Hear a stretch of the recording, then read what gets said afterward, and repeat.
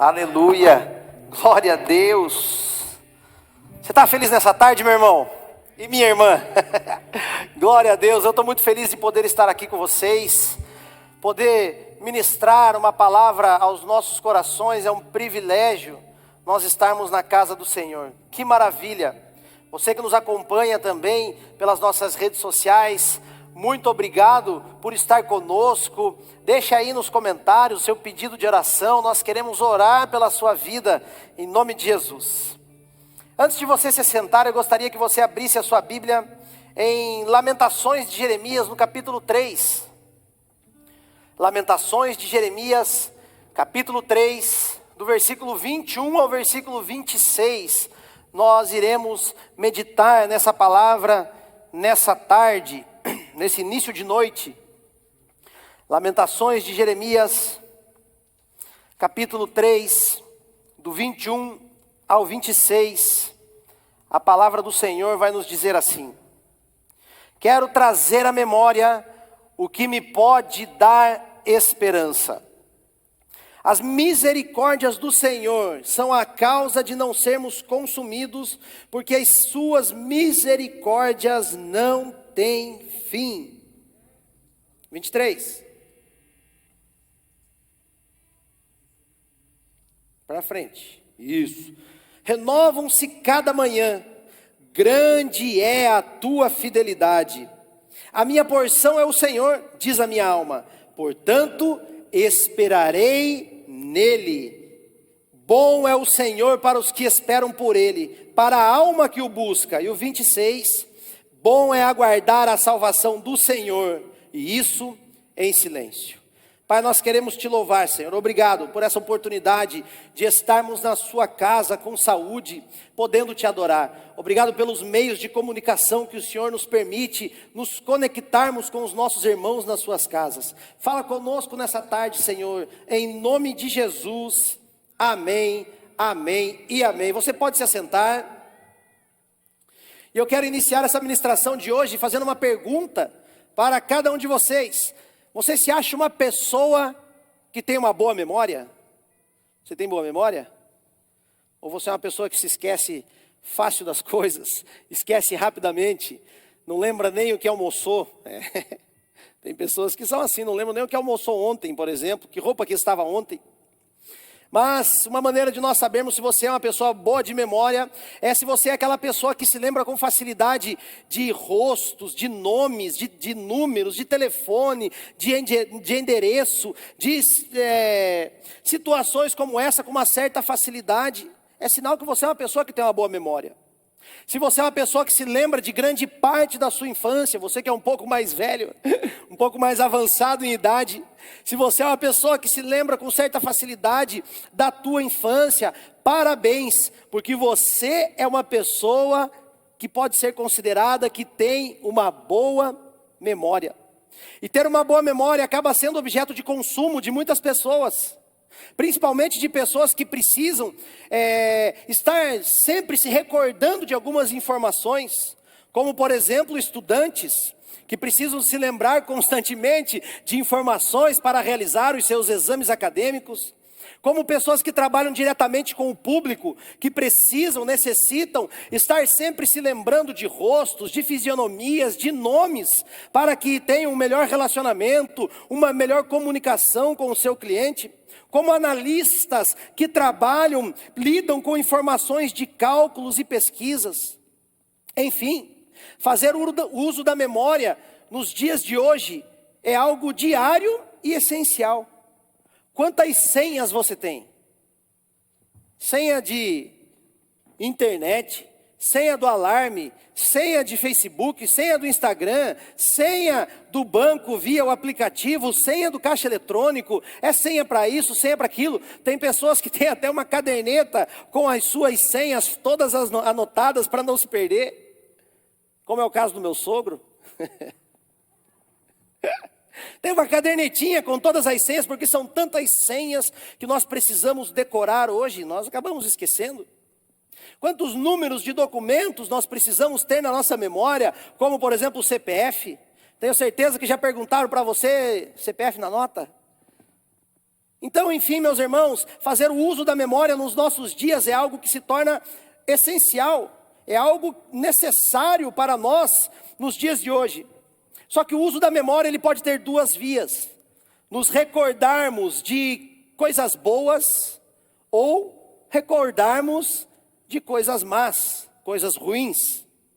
Quando nós nos recordamos de coisas boas, quando nós trazemos à memória coisas boas que nos agradam, faz com que nós tenhamos até uma experiência meio nostálgica, desejando até mesmo que o tempo volte. Mas isso nós sabemos que é impossível. Porém, ainda é possível nós escolhermos ou tentarmos revivenciar essa experiência para que esse sentimento bom venha à tona novamente, seja lembrado novamente.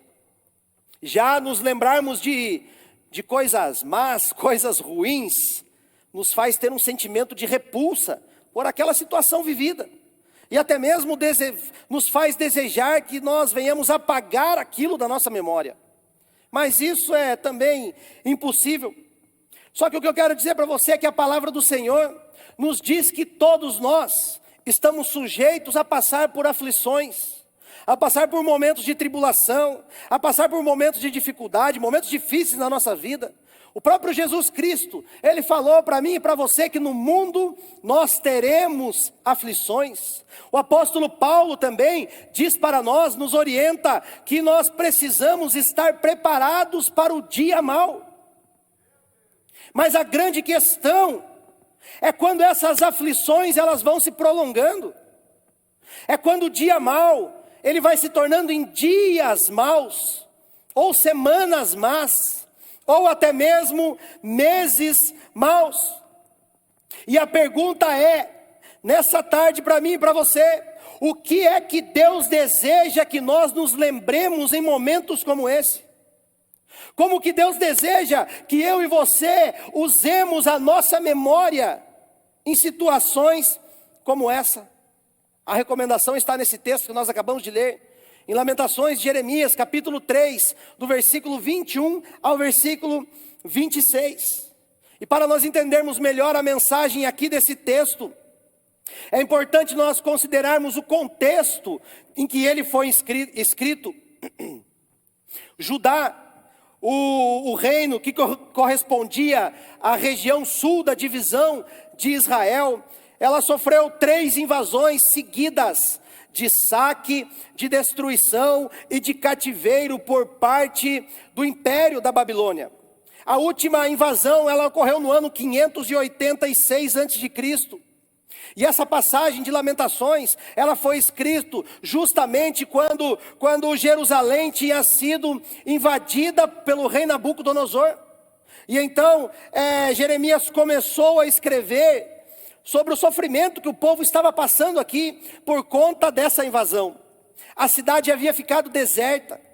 Muitas pessoas haviam sido levadas para o cativeiro. As pessoas estavam desesperadas, estavam passando fome, elas estavam clamando até mesmo por um pedaço de pão. E quando nós lemos esse capítulo 3 de Lamentações de Jeremias, nós percebemos que Jeremias ele estava aqui altamente deprimido. E ele vai expressar essa depressão dele de uma forma poética e até mesmo um pouco exagerada. Ele começa, a princípio, ele culpa a Deus pelo seu sofrimento, por aquilo que ele está passando, pela aflição do povo e até mesmo pelos incômodos físicos que ele está sentindo ali naquele momento. Só que, meus queridos irmãos, existe uma frase de Max Lucado, uma frase muito interessante que diz assim: alimente os seus medos e a sua fé morrerá de fome. Agora faça o contrário, alimente a sua fé e os seus medos morrerão de fome, aleluia. Nós precisamos trazer à memória aquilo que pode nos dar esperança. Jeremias ele entendeu isso e ele mudou completamente o seu foco e o seu discurso. Mesmo triste, ele mudou a sua forma de pensar, ele tirou os seus olhos dos problemas que eles estavam vivendo ali, e focou nas maravilhas de Deus. Então, para ele não cair na armadilha da incredulidade, ele começou a se lembrar de coisas que iriam trazer esperança novamente, que iriam ajudá-lo a permanecer firme na fé, mesmo numa situação difícil como essa. No versículo 21, Jeremias, ele expressa o desejo aqui de trazer esperança, de algo que possa lhe trazer esperança. Um desejo compreensivo diante dessa situação difícil, dessa situação destrutiva em que ele estava vivendo. E o pedido de Jeremias é semelhante ao pedido de qualquer homem, de qualquer mulher, de qualquer ser humano, quando está passando por uma situação que parece que não vai ter fim, uma situação que parece que não tem saída, uma situação que parece que não tem mais jeito. Quando nós dizemos: eu preciso, Senhor, eu preciso trazer à memória aquilo que pode me dar esperança. Aleluia! Essa estratégia vale para nós nos dias de hoje. Dias difíceis que nós estamos vivendo por conta de uma pandemia, por conta do coronavírus. Ao invés, meus irmãos, de alimentarmos a nossa mente com pensamentos negativos, com pensamentos de derrota, com pensamentos de tristeza, nós precisamos trazer à memória coisas que irão gerar fé e esperança em nosso coração. E que coisas são essas? Eu quero compartilhar com vocês aqui nessa tarde ou noite 5 coisas que nós precisamos trazer à memória, que irão gerar fé e esperança em nossos corações. A primeira delas, em primeiro lugar, nós precisamos trazer à memória o poder de Deus. Romanos capítulo 1 e o versículo 20. Romanos 1 e 20.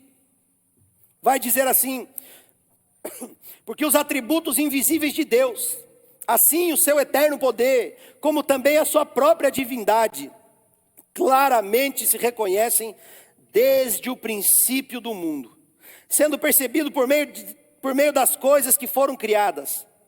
Tais homens são por isso indesculpáveis. Conforme esse versículo, se nós quisermos ter uma noção do tamanho do poder de Deus, é preciso que nós venhamos a olhar para a criação. Eu não sei se você já percebeu a grandeza do universo. São provavelmente cerca de 2 trilhões de galáxias. E cada uma dessas galáxias com cerca de 150 bilhões de estrelas.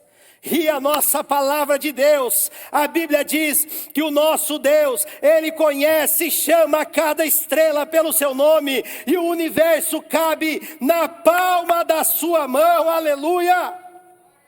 Olhando para a grandeza de Deus, nós podemos avaliar o que é a nossa situação, o que é o nosso problema diante de um Deus que criou todas as coisas, o que é a provisão diante de um Deus que criou todas as riquezas desse universo, o que é a cura de uma pandemia, de um vírus, de uma enfermidade, diante de um Deus que criou toda a vida. Aleluia! Foi por isso que o apóstolo Paulo ele escreveu em Efésios 3:20 que o Senhor é poderoso para fazer infinitamente mais do que tudo aquilo que pedimos ou pensamos. A Bíblia também vai nos relatar a história de Moisés, quando ele libertou o povo hebreu das mãos de Faraó.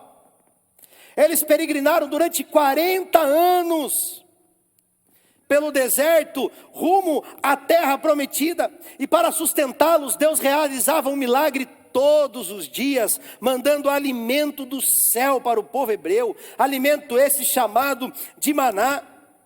Mas um dia aquele povo enjoou do maná, um dia aquele povo cansou de maná, e a situação estava tão difícil, estava tão complicada, que o povo começou a ter saudades do tempo em que eles eram escravos no Egito. Moisés, então, sem saber o que fazer, ele chega para Deus e fala: Senhor, eu não estou conseguindo mais lidar com esse povo sozinho. Me ajuda, Deus. E o Senhor então, ele ouviu o clamor de Moisés, e ele disse que levantaria 70 homens para ajudar Moisés. E disse também que ia mandar carne para que aquele povo comesse até se fartar. Para que aquele povo comesse até enjoar, até estar cheio. Mas só que, no entanto, o que me chama a atenção nesse texto é que, ao invés de Moisés se alegrar, sabe o que ele fez? Ele questionou a Deus. Moisés falou para Deus: Senhor, será que vai dar para alimentar esse mundaréu de gente? Senhor, será que tem como alimentar tudo isso? Olha o que diz o texto. Em Números, capítulo 11, do versículo 21 ao 23. Números 11, do 21 ao 23, diz assim. Consegue passar lá para nós? Aí. Respondeu Moisés: 600.000 homens de pé é este povo no meio do qual estou, e tu disseste: dar-lhe-eis carne, e a comerão um mês inteiro.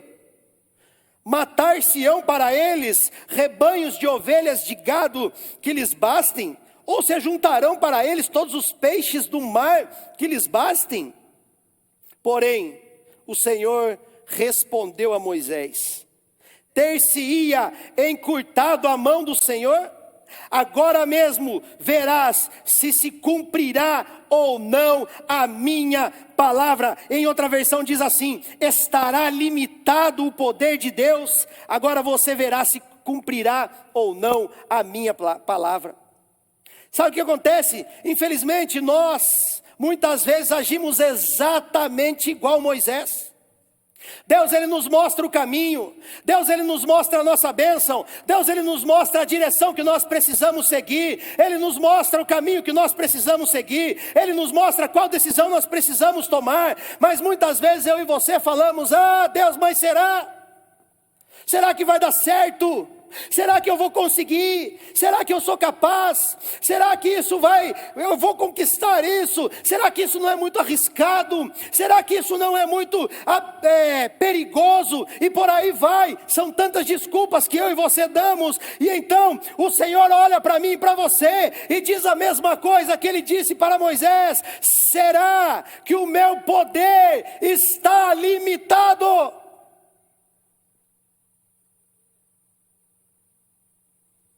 Meu Deus! Ao invés de Moisés confiar no poder de Deus, ele se preocupou com o tanto de gente que ele teria que alimentar. E eu e você fazemos exatamente o mesmo em muitas situações da nossa vida. Nós deixamos de olhar para a grandeza do nosso Deus e começamos a olhar para o tamanho do nosso problema. Mas deixa eu te dizer uma coisa nessa noite: o Deus que nós servimos é um Deus que, quando Ele quer, Ele faz o sol parar. O Deus que, quando nós servimos, é um Deus que, quando Ele quer, Ele manda fogo do céu. O Deus que nós servimos é um Deus que, quando Ele quer, Ele abre o mar à nossa frente. O Deus que nós servimos é um Deus que cura, que sara, que restaura. O Deus que nós servimos é um Deus que ressuscita mortos. O Deus que nós servimos é um Deus que salva. Aleluia! Oh, Jesus! Será que Deus não teria condições de alimentar aquela multidão, daquele tamanho, 600.000 homens? É claro que sim. Se o Senhor prometeu, Ele é fiel para cumprir. E eu e você não temos nenhum motivo para duvidar da palavra dEle, porque está escrito que Deus não é homem para que minta, nem filho do homem para que se arrependa. Acaso Ele fala e deixa de agir? Acaso Ele promete e deixa de cumprir? Eu e você não temos motivo nenhum para duvidar do poder de Deus. Os hebreus, eles deveriam ter confiado em Deus, mas eles preferiram murmurar. Eles preferiram reclamar. Eles preferiram reclamar o tempo todo. Porém, mesmo assim, o Senhor não deixou de suprir as suas necessidades. Com isso eu chego à conclusão, meus irmãos, que Deus nunca falhou comigo e Deus nunca falhou com você. E Ele nunca vai falhar comigo e nem com você. Somos nós que muitas vezes falhamos com Ele, porque o nosso Deus, Ele é o mesmo, ontem, hoje e para sempre será. Ele não deixou de abrir mar, Ele não deixou de mandar fogo do céu, Ele não deixou de operar milagres. Somos eu e você que muitas vezes duvidamos do poder de Deus.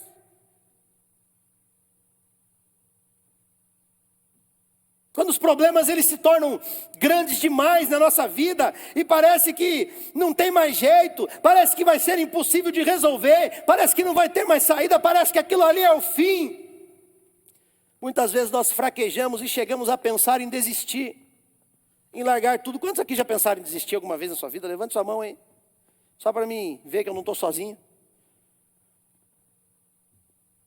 E às vezes quando esses momentos chegam e parece que não tem saída, nós queremos desistir, mas é exatamente nesse momento que Deus chega para mim e para você e diz a mesma coisa que Ele disse para Moisés: é agora, meu filho, agora você verá se a minha palavra irá se cumprir ou não na sua vida. Mas para isso, meus queridos, nós precisamos entregar os nossos problemas ao Senhor. Nós precisamos depositar, confiar todos os nossos problemas a Deus, porque não existe nada que o nosso Deus não possa fazer. E se Ele te prometeu, descansa no Senhor, porque Ele vai cumprir em nome de Jesus. Em segundo lugar, nós precisamos trazer à memória a misericórdia do Senhor. Versículo 23 e versículo 24. Diz assim: renovam-se a cada manhã, grande é a tua fidelidade. 24. A minha porção... Espera aí, acho que está errado. Versículos 22 e 23, perdão. As misericórdias do Senhor são a causa de não sermos consumidos, porque as suas misericórdias não têm fim. Agora sim o 23. A minha porção é... 23. Renovam-se a cada manhã as misericórdias. Grande é a tua fidelidade, aleluia. Em segundo lugar, nós precisamos trazer à memória a misericórdia do Senhor.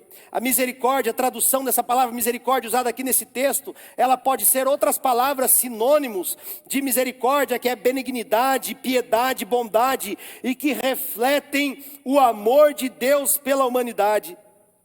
Ah, meus irmãos, a misericórdia do Senhor, ela é grande, ela é eterna e é perdoadora.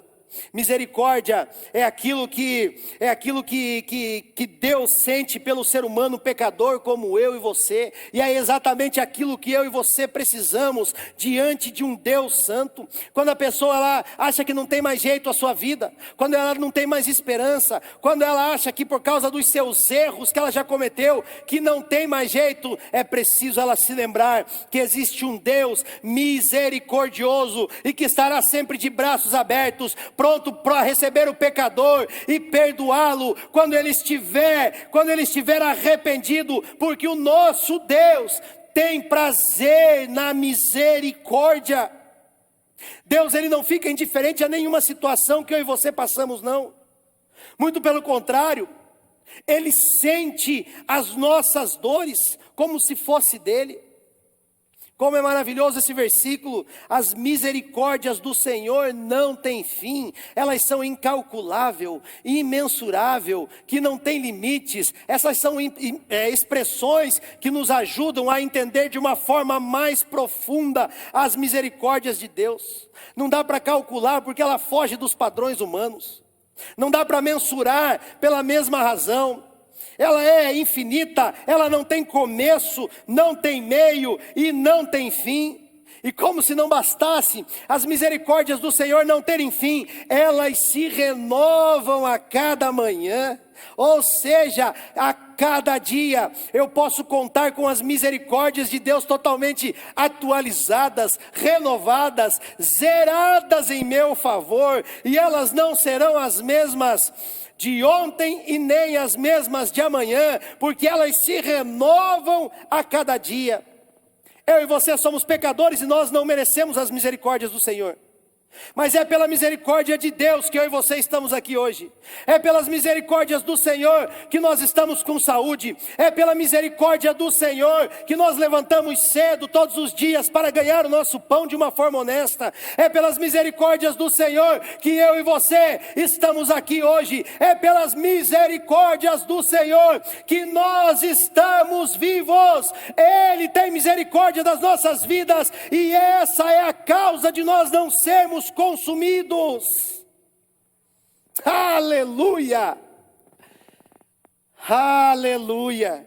Em terceiro lugar, nos dias de dificuldade nós também precisamos nos lembrar da fidelidade do Senhor. O versículo 23, a parte final, diz ali: grande é a tua fidelidade. Assim como a misericórdia do Senhor ela é infinita, a fidelidade do Senhor também é infinita.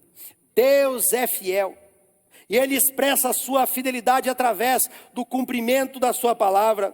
O que Deus te prometeu, fica tranquilo, porque Ele vai cumprir, se foi Ele que prometeu, porque Ele zela pelo cumprimento da sua palavra. A fidelidade de Deus ao cumprimento da sua palavra fortalece a nossa esperança. Fidelidade pode ser definida como uma constância nos compromissos assumidos. Nós, seres humanos, nós podemos chegar a um certo nível de fidelidade, mas por mais alto que seja esse nível de fidelidade, a nossa fidelidade jamais pode se comparar à fidelidade de Deus.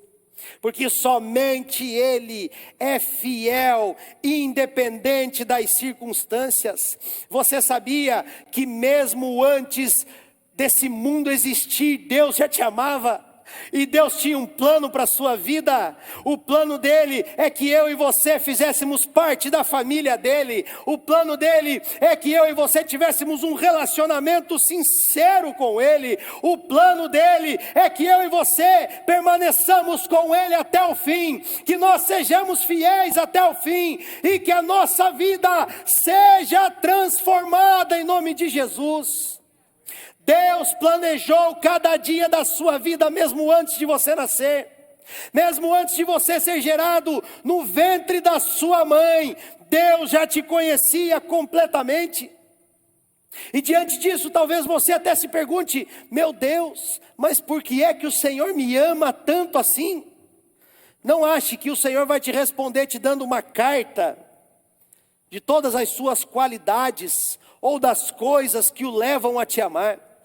Deus simplesmente vai te responder: meu filho, minha filha, eu te amo simplesmente porque eu decidi te amar.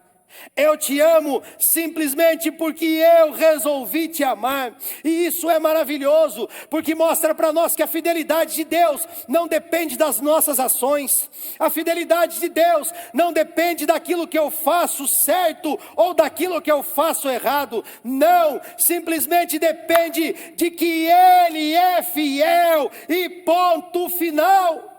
O apóstolo Paulo, ele diz isso para mim e para você, em 2 Timóteo, no capítulo 2, o versículo 13, ele diz: e ainda que nós permaneçamos fiéis, Deus permanece fiel.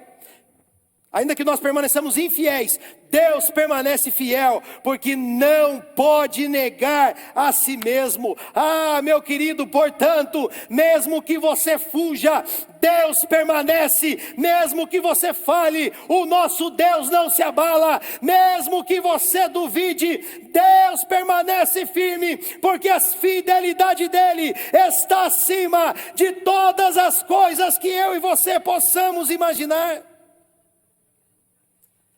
Ele é fiel, independente de todas as circunstâncias.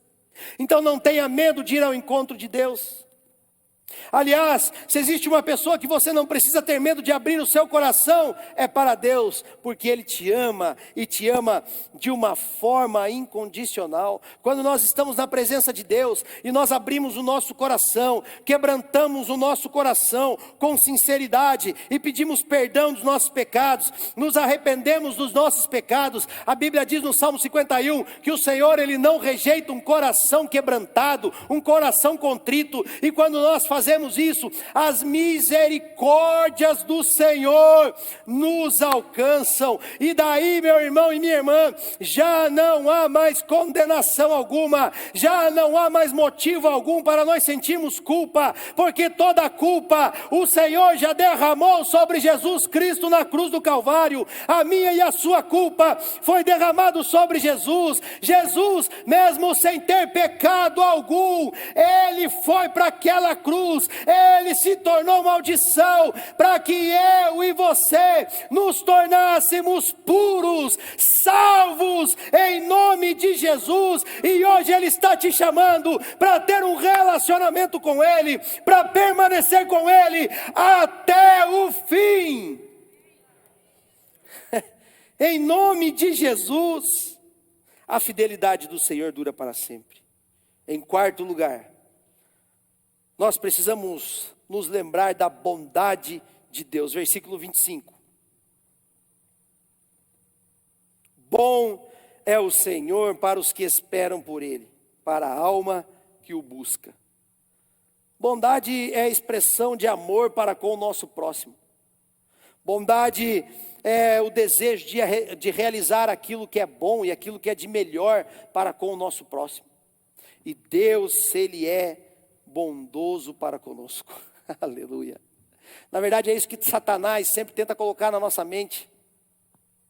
Ah, Deus não te ama. Deus não é bom.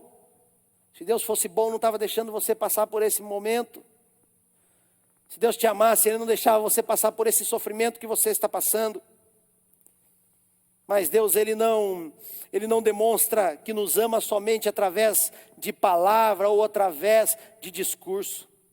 Ele comprova isso nos dando o necessário para que nós tenhamos vida. E a maior prova de amor e bondade da história da humanidade foi Jesus Cristo de Nazaré. Jesus Cristo de Nazaré é a bondade de Deus personificada. E se nós desejamos conhecer a bondade de Deus, o salmista, ele nos desafia a fazer isso. Ele diz: provai e vede que o Senhor é bom. A bondade de Deus faz com que eu e você tenhamos esperança nele. Nos dias mais difíceis da nossa vida, o que vai nos manter em pé é a nossa esperança em Deus. Quando nada der certo, o que vai nos manter em pé é a nossa esperança em Deus. A Bíblia diz que aqueles que confiam no Senhor são como os montes de Sião, que não se abalam, mas permanecem para sempre. E Jeremias está nos dando 4 motivos aqui para nós confiarmos em Deus: o poder de Deus, a bondade de Deus, a fidelidade de Deus e a misericórdia de Deus. Repare que não é a bondade, misericórdia, a fidelidade de Jeremias a Deus, não. É a bondade, misericórdia e o que mais? Bondade, misericórdia e fidelidade de Deus para Jeremias. É a bondade, a misericórdia e a fidelidade de Deus para mim e para você. Ou seja, não tem nada a ver comigo, não tem nada com você, a ver com você, não tem nada a ver com o que nós possamos fazer para mudar isso. Tem tudo a ver com Ele. O ser humano, ele pode ser muito instável, ele pode amar hoje e amanhã já não amar mais. Ele pode querer fazer o bem hoje, abençoar hoje e amanhã já não querer mais. Ele pode até te prometer alguma coisa e não cumprir. Contudo, meus irmãos, todavia, com o nosso Senhor é diferente. O amor dele por nós não acaba nunca, e a Bíblia diz que a misericórdia dele se renova a cada manhã, a bondade dele se renova a cada dia, e Ele é fiel para cumprir tudo aquilo que Ele te prometeu. Aleluia, aleluia. A bondade de Deus vai além de qualquer atitude bondosa que eu e você já presenciamos ou conhecemos. Não existe nada igual. A sua bondade levou o seu único filho para uma cruz no Calvário, para morrer no meu e no seu lugar. A sua bondade levou o seu único filho Jesus Cristo para uma cruz do Calvário, para nos tornar limpos, para nos tornar curados, para nos tornar sarados, para nos trazer a salvação. Esse é um Deus bondoso. Mas o mais desafiador é nós acreditarmos que Ele é bondoso quando nós estamos no meio de uma situação que parece que não tem jeito, que parece que está um caos, mas ainda assim, no meio do caos, Ele permanece sendo bom.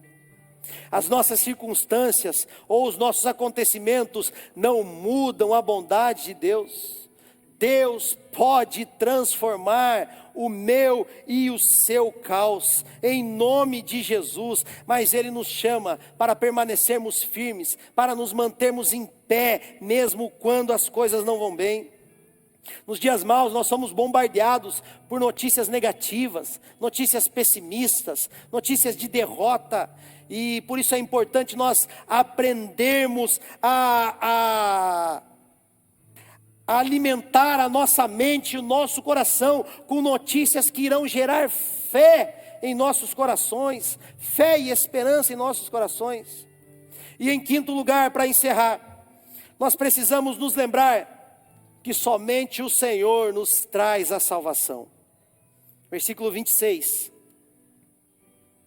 Bom é aguardar a salvação do Senhor, e isso em silêncio. A salvação de Deus, ela foi manifestada na pessoa de Jesus Cristo. Jesus Cristo é a nossa salvação. Quando Jesus Cristo, Ele se entregou naquela cruz do Calvário, Ele garantiu a nossa salvação eterna, a salvação eterna na nossa alma, para todo aquele que nele crê, e para todo aquele que convida-o para entrar na sua vida, para fazer parte da sua vida, todo aquele que confessa-o como o único e suficiente Senhor e Salvador da sua vida. Cristo é a nossa salvação, Ele é a nossa esperança. Nesse tempo de crise, meus irmãos, nesse tempo de dificuldade, Deus está dizendo para mim e para você nessa noite: não existe salvação que não seja através do nome de Jesus Cristo de Nazaré. Nós sabemos pela palavra que o fim está muito próximo, e não há nada que eu e você possamos fazer para alcançarmos a salvação da nossa alma, que não seja através do sacrifício de Jesus de Nazaré. O nosso Jesus não está pregado numa cruz.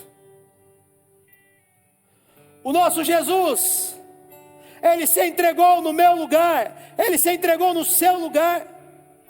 O nosso Jesus, Ele se fez maldição para que eu e você nos tornássemos curados. O nosso Jesus levou sobre si todos os nossos pecados naquela cruz. O nosso Jesus não está pregado numa cruz. Ele se entregou no meu e no seu lugar para nos dar vida. Mas Ele foi crucificado, morreu, foi sepultado, mas ao terceiro dia Ele ressuscitou e está vivo e quer salvar a tua vida nessa noite, em nome de Jesus. Aleluia! Não perca a oportunidade de entregar a sua vida para Ele.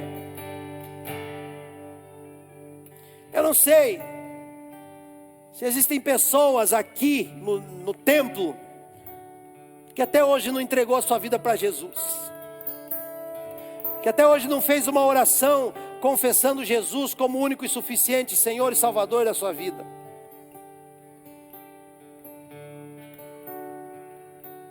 Páscoa, nós celebramos a ressurreição de Cristo.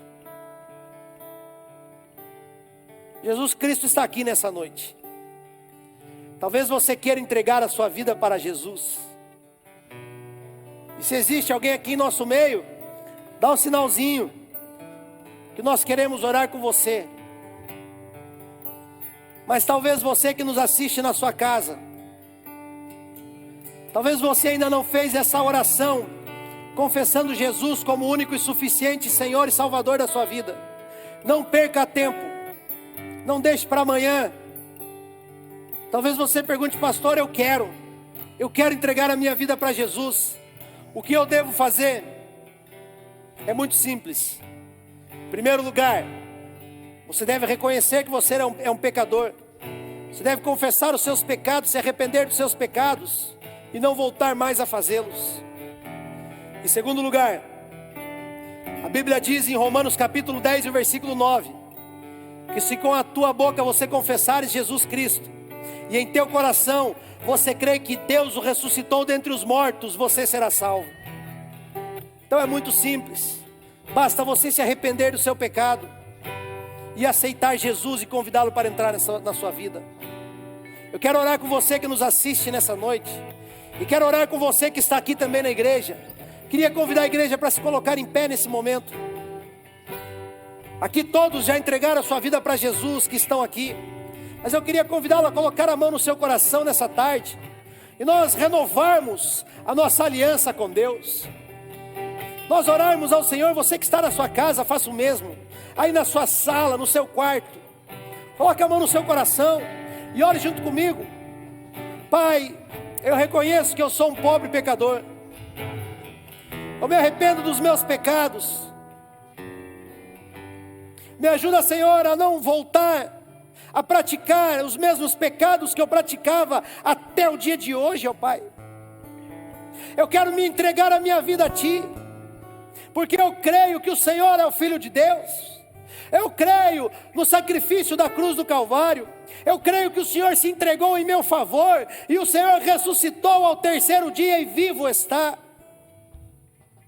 Pai, perdoa os meus pecados, entra na minha vida e escreve o meu nome no livro da vida, em nome de Jesus, em nome de Jesus.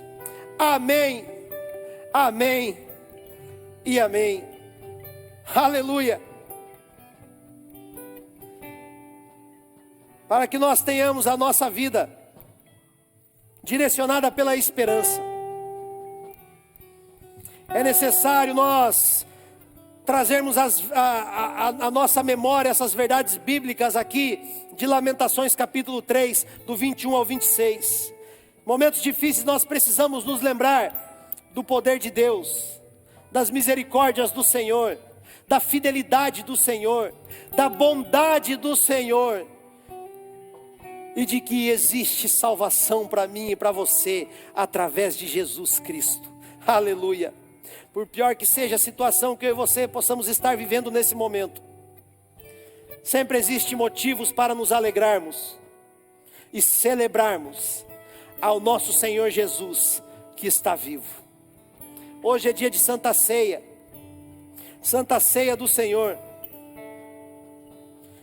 E antes de nós orarmos e lermos o texto, eu quero chamar os nossos pastores aqui.